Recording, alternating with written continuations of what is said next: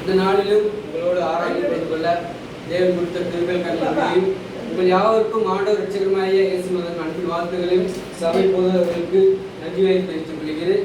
நம்ம பாடலை பாடி தேவனுடைய நாமத்தை மேம்படுத்துவோம். தேவன் நம்மோடு பேசுவார்கள்.